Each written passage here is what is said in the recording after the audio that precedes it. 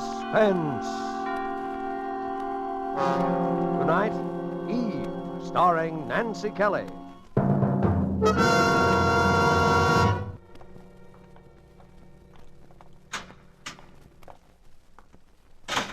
Right over there, Miss Jeremy, second booth. Thank you. You got 5 minutes. Hello, Angel. Oh, Frank. Yeah, there, Angel. Take it easy. We don't have much time. Oh, but to have to talk to you like this through an iron screen, not even to be able to touch you when That's the way it is, Angel, when a guy's been... Frank, I know you didn't do it. I know you didn't. Of course I didn't, Angel, but just one of those things, circumstantial evidence. Oh, but there must be something. I was pretty optimistic during the trial because I knew I didn't do it, I guess, but now that I look back on it, they had enough coincidence pieced together to convict a dozen innocent men. Frank. Oh, Frank, how can you be so calm? How can you... There's one thing I want you to know. I want to be sure you didn't believe any of that gossip about my running around with her. Oh, of course I She was didn't. a star. I was a producer. I needed her for my next picture. Lorna Moore was a big name in pictures, but you knew I'd been seeing her. I even told you how I'd quarreled with her. Oh, Frank, I know. Frank, how much more time is there? 2 or 3 more minutes. No, I mean... Oh. November the 16th. 6 weeks. Yeah. Frank, I'm going to do something. What can you do, Angel? Don't you realize there's a murderer running around loose? Some man who's free and having fun and going out with girls. I'm going to find him. How could you find him? The police tried for weeks. They didn't try. All they wanted was to convict you. But it is nice to hear you say it, Angel, because... What? Because it makes me know you really did love me. Oh, Frank. You see, there are things you can face when you're like this you didn't dare talk about or even think about before. I always loved you, Eve, but you were so much younger and full of ambition. Oh, Frank, don't. I'm sorry, Angel. I wish I could have done things for you. There won't be much left for you now. You know how it is in this business. You spend it as fast as Frank, you make it. Stop. Please stop. Oh, I'm a heel. Forgive me, Angel. But it's wonderful to know how you do feel. Frank, I'm not going to let this thing happen. There must be something. There must be some clue somewhere. Well, don't you think the police... Something the police didn't know. Something you saw when you were up there and didn't tell them. I couldn't have very well told them anything about that when my whole defense was that I hadn't been up there. But there wasn't anything, nothing important. Oh, but there must have been something. Whoever was there before you, whoever did it must have left some trace. Well, there was her address book. Her... Yeah, I stuck it in my pocket because, well, it was open at the letter J and my name was in it. It was a silly thing to do, but it's in the little secret drawer in my desk. Oh, Frank, why didn't you tell somebody sooner? What was the use? If I'd told him I'd been up there... Oh, yes. There was another little thing. I hadn't thought... Frank? A smell. Oh, what kind of... Cigar smoke. Your time's up, Miss Jeremy. Frank, I'll write every day. All right, Miss Jeremy. Goodbye. So long, Angel.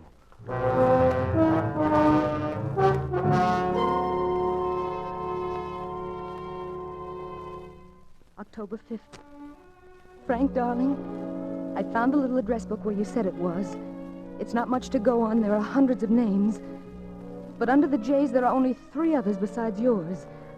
I'm going after them one at a time. Tomorrow I'm going down to see Lieutenant Trout of the Homicide Bureau. He always seemed to me one of the few who tried to be fair. And I might need help. Oh, darling, I know it isn't much, but you must keep on hoping. Something will happen, if only because I love you so desperately.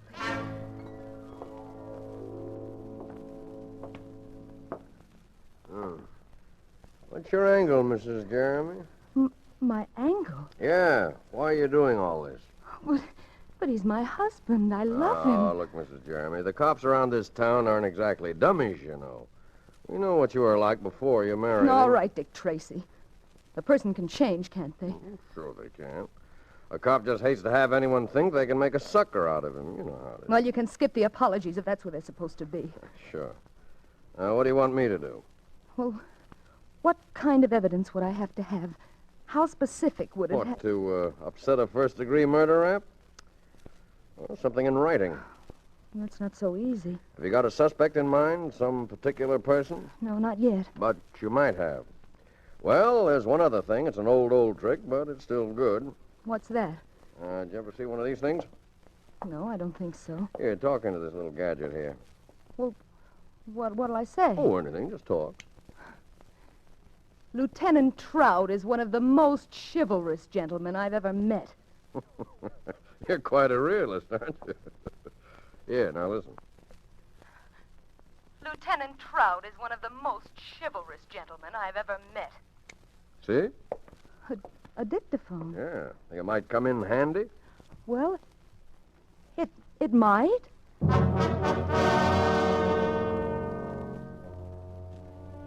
October 7th. Darling, Trout has installed a dictaphone in my new apartment. It's only a room, really. And of course, I've changed my name to Evelyn Jarvis, and my appearance. I don't think that even you, my darling, would recognize me now. The phone numbers are a dead end so far. The first was a dressmaker, and the next a man who's definitely been in the South Pacific for over a year. But there's one more, a Jerry Jordan. I'm going to call him this afternoon. Oh, my darling, I miss you. I miss you so terribly.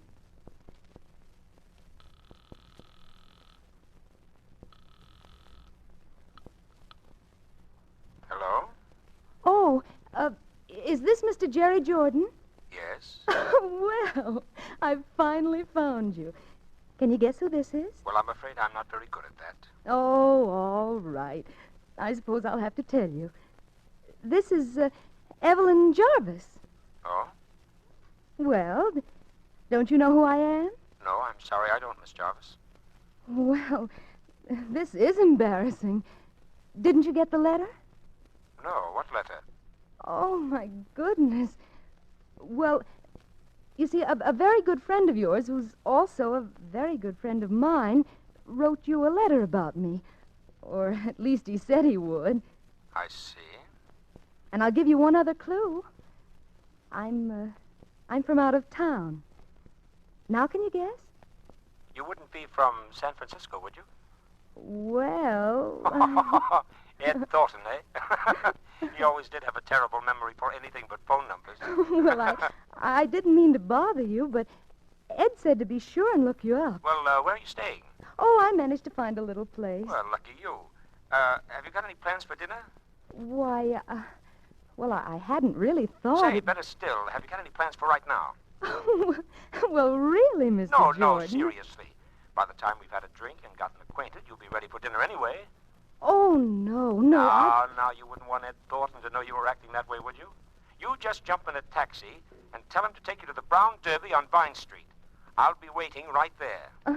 Well... And, knowing Ed the way I do, I'm dying to meet you. Well, as a matter of fact, from what I know, I'm sort of anxious to meet you.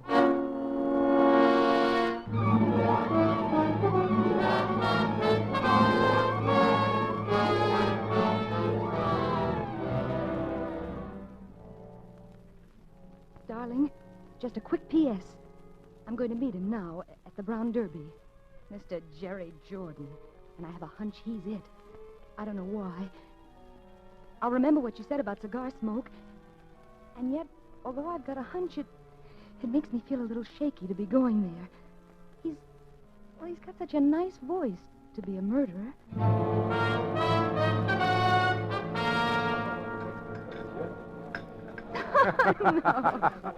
So that's what he says about me, eh? As a fine pal. I'll say one thing for Ed. He may be an awful liar, but he sure has swell taste. Well, which proves he's no liar. But tell me, Jerry, is this the Brown Derby? I mean the one you hear about?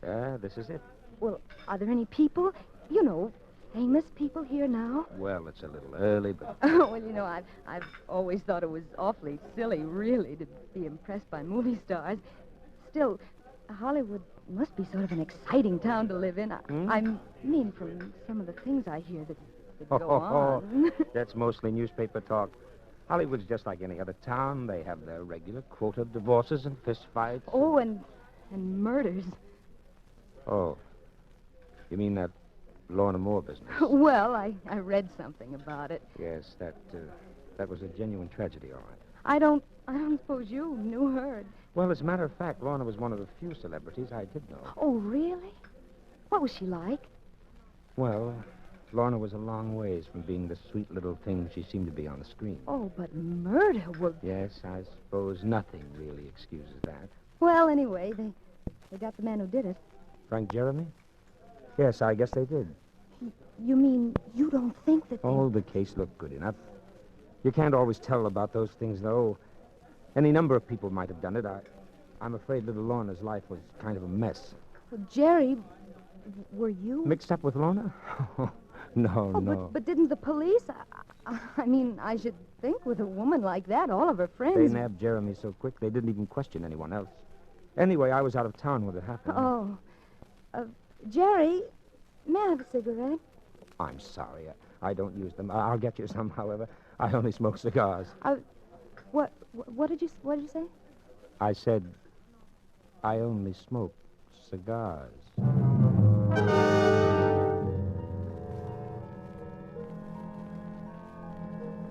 Darling, don't you see? His name in her book, and he admits he knew her, and the cigars. I'm positive. Now, if I can win his confidence, get him up to my apartment near that dictaphone. Oh, I know I can do it. We've still got 4 weeks, darling, and I'll have to be awfully careful. He's clever and he's intelligent. Imagine a man who can carry a thing like that on his conscience and still be so terribly nice and courteous and thoughtful. But I'm going to win for you, darling.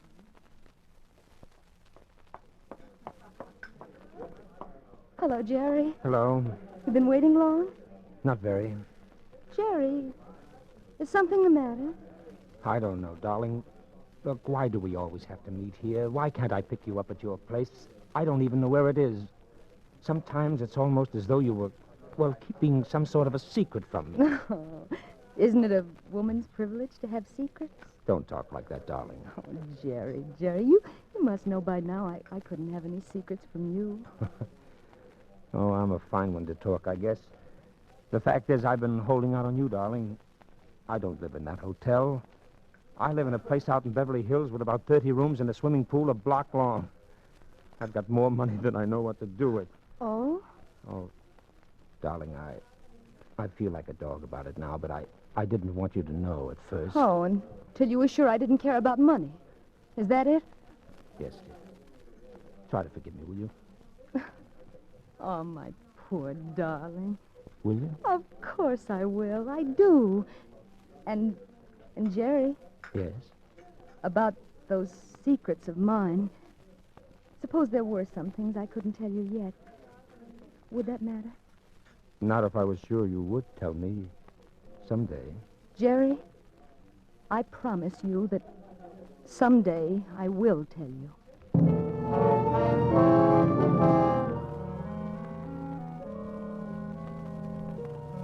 Frank, darling, I know the delay must be torture to you, but you must understand how careful I've got to be. I've got to have the positive, living truth on that dictaphone. I haven't been able to get him up here yet, but we've still got 10 days, and I have a feeling it's going to be soon. Very soon. So don't worry, darling. I miss you. Who is it? Sarge, Harry. Oh, wait a minute. Well, Jerry. Darling, I had to. It's been almost a week, and Well, how did you find this place? Why do you think I didn't tell you where it was if I didn't have reasons? Let me in, please. I've got to talk to you. All right.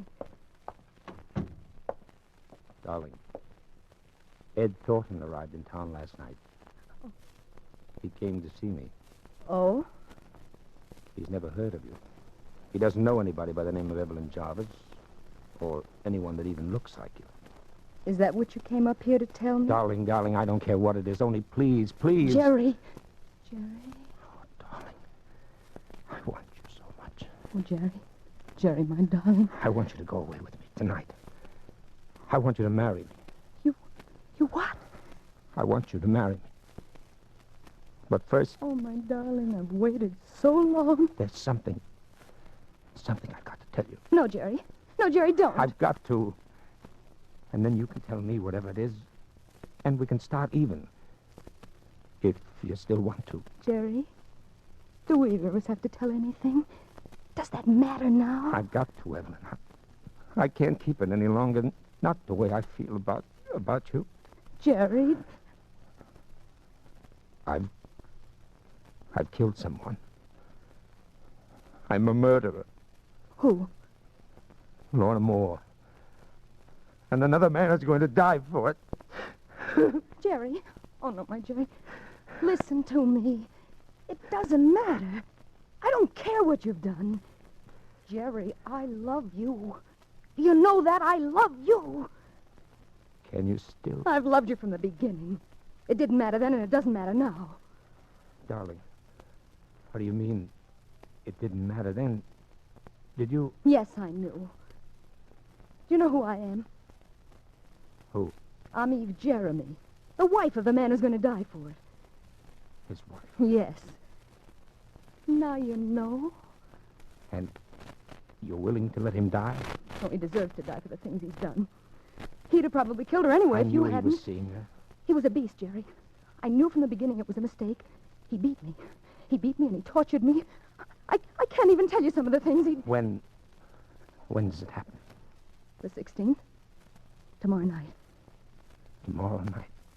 Does that matter to you? I'd let 50 men die to get you, darling. That's why I haven't seen you. That's why I haven't seen you. I was waiting until... We could be in Argentina tomorrow night. I'll pack. I can get plane tickets tonight from a friend. I don't have to change, do I? Oh, you look lovely. I'll just throw a couple of things in a bag. Nobody will know about this place anyway. Make it quick, though. And it's a perfectly logical time for me to go away for a while. Hurry, baby, hurry. I'm all ready now. How do I look? Oh, you look beautiful, darling. Oh, wait. What? Oh, I ought to write a note to him. Your husband? Yes. Just to keep us both in the clear. He won't get it until just before... What are you going to say? Well, you can read it if you want to. No. Here, I'll mail it for you. No, I'll just stick it in my handbag. I'll mail it at the airport. Are you ready? Yes. Come on, Jerry. Well, good evening, Mrs. Jeremy. Oh, hello. You, taking a little trip? Wouldn't you if you were me? Sure, I know how you feel. You, in a hurry? Sort of. My friend here was going to run me down to the airport. Lieutenant Trout, Mr. Jordan. Well, I won't keep you but a minute, and then I'll give you a fast trip down there in a squad car. Want to step inside a minute? All right. Your, friend here know what you've been doing? In a way. Any luck with our little gadget? What little gadget? Oh, a dictaphone. Lieutenant Trout thought... Or you thought, Mrs. Jeremy. All right, I thought. Mind if I turn it on? No, go ahead. There's nothing... I've got to, Evelyn. I can't keep it any longer. Not the way I feel now about you. Jerry, don't I... I've killed someone. I'm a murderer. Who? Lorna Moore. And another man is going to die for it. Well, guess that's about all we need to know, isn't it? I guess it is. Well, I told you I'd get him, didn't I? Yeah. Evelyn. You can wrap him up and take him away, Lieutenant. And don't forget to send me back my husband the first thing in the morning. Come on, Jordan. Eve. So long, sucker. Eve. They sure gave you the right name, baby. Yeah? Only you wouldn't have needed the apple. Or the snake.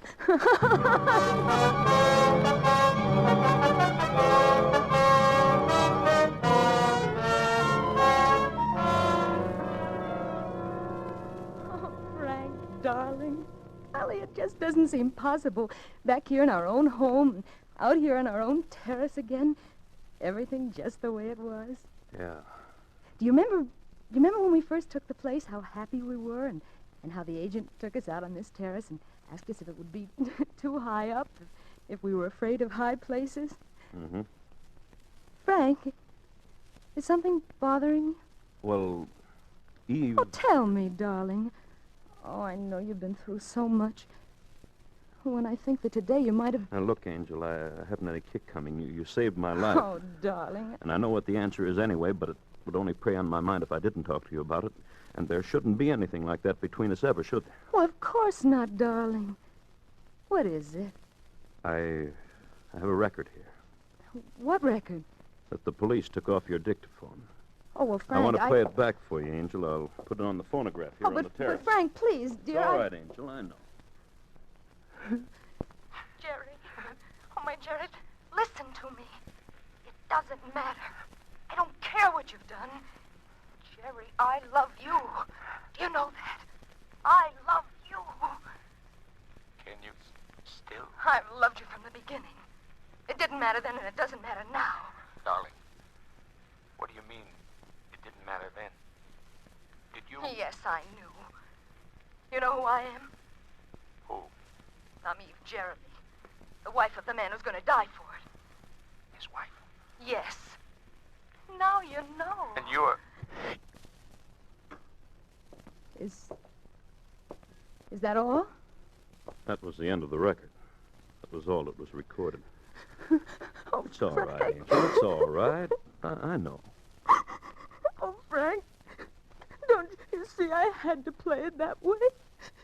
Don't you see I had to make him think that's so I could save you? Sure, I know, Angel. I just wanted to hear you say it, I guess. Please, Angel, I understand. Do you really? Why, of course I do. I'm a heel, Angel. Oh, darling. Listen, it's all over now. I'll tell you. Let's celebrate. All right. Let's.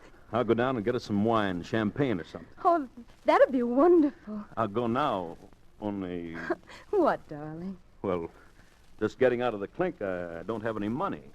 Do you? Oh, of course, darling. Right there in my handbag. Where? Oh. Oh, sure. Sure, you've got plenty. Say, here's a letter. A letter? Yeah, and it's addressed to me. A letter? A letter? Oh, Frank. Well, you must Frank, have don't. forgotten to...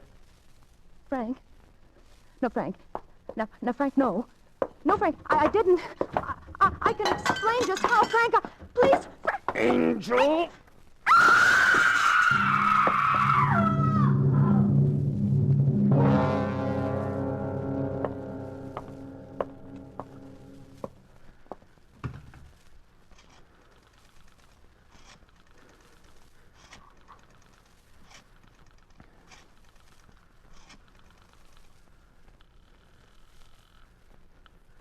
Lieutenant Trout, homicide. Trout, this is Frank Jeremy. A terrible thing's just happened. What? My wife, suicide. Nerves, I guess. She jumped off the terrace before I could stop her. It's 14 stories. Was suicide, was it? She gave me a note in her own handwriting just before. Oh. Well, of course, if the note says so. It does, all right. Well, the case is closed. Here, I'll read it to you. It says, Frank, my darling, I've been wrong all the time. I've failed you utterly. Now I can't even bear the thought of facing you. When you read this, I will be gone. This is farewell forever. Signed, Eve.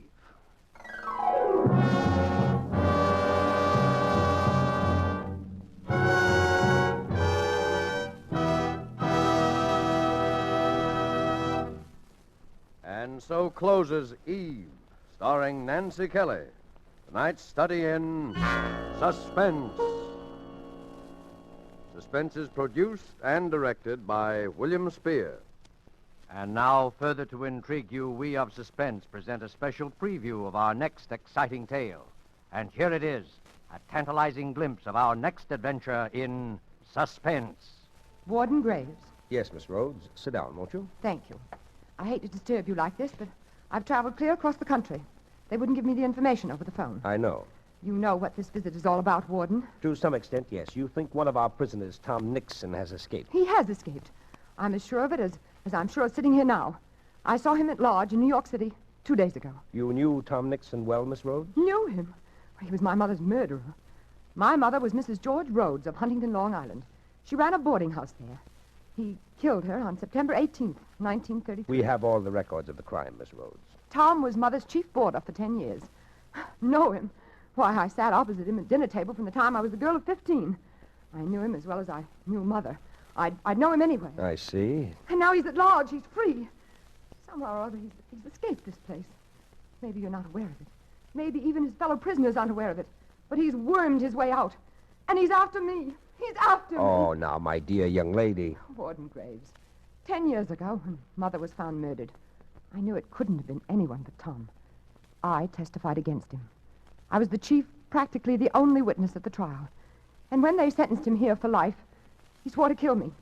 He swore in the open court to get even with me. For 10 years, I've lived in deadly fear. I've watched the newspapers for prison breaks. I've moved from house to house, made few friends. He's hung over me like a shadow. Even though I told myself he was locked up here forever. And now it's come. And where exactly did you see the prisoner, Miss Rhodes? That's just the point. That's why I know he's after me. I saw him in my own apartment house. Well, He has a job there, running the elevator at night. That's what makes it so horrible. I've never married Warden Graves. I live all alone in a small 3-room penthouse on the 18th floor of an office building. The other night, about a week ago, I came home alone from the movies after midnight. And the big marble lobby of my building was deserted, except in a far corner near the elevator with his back toward me, there was a man, down on his hands and knees, scrubbing the floor.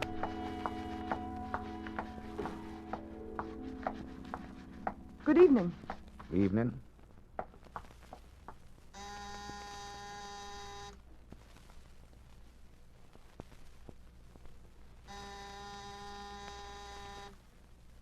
Well, where is everybody? Isn't the elevator working tonight?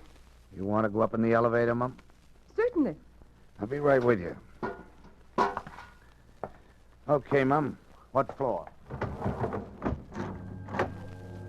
I was in the elevator, and he had started to ascend before I really saw him. It was Tom. His hair had turned white, and there was a horrible stoop to his shoulders. But everything about him, the crook of his head, his high, thin, bony nose, the hollow cheekbones, were all the same. And then he turned and stared at me. I could see those deadly, pale, cold eyes, those heavy eyebrows, still black, that familiar, quiet, sarcastic mouth. What floor, Mum? My floor. Yes, the penthouse, please. Penthouse? Where's that, on the roof? Yes, on the roof, please. 18th floor. Okay. Warden Graves. It was like being in a cage with a wild beast.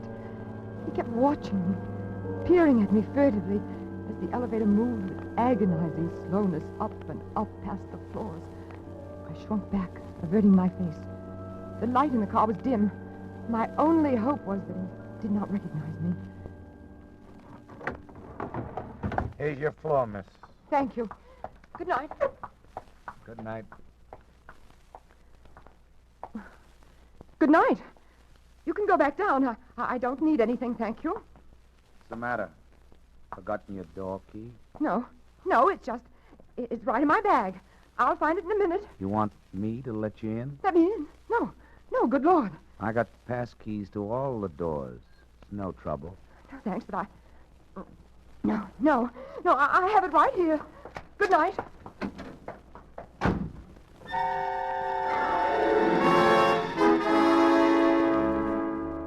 And so until our next performance, when you will hear the rest of this exciting tale, we keep you in suspense.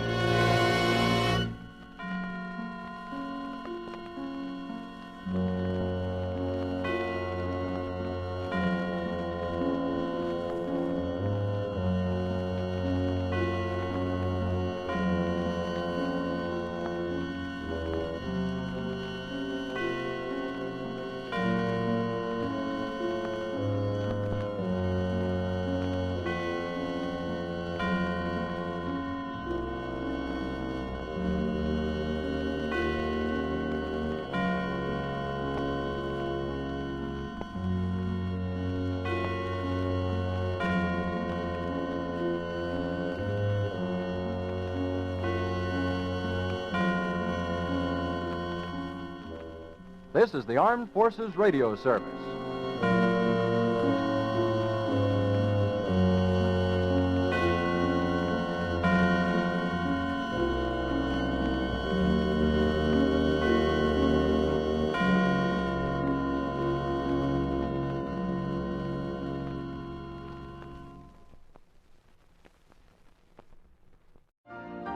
You've been listening to the OTR Gold Network. Find more classic radio at otrgold.com.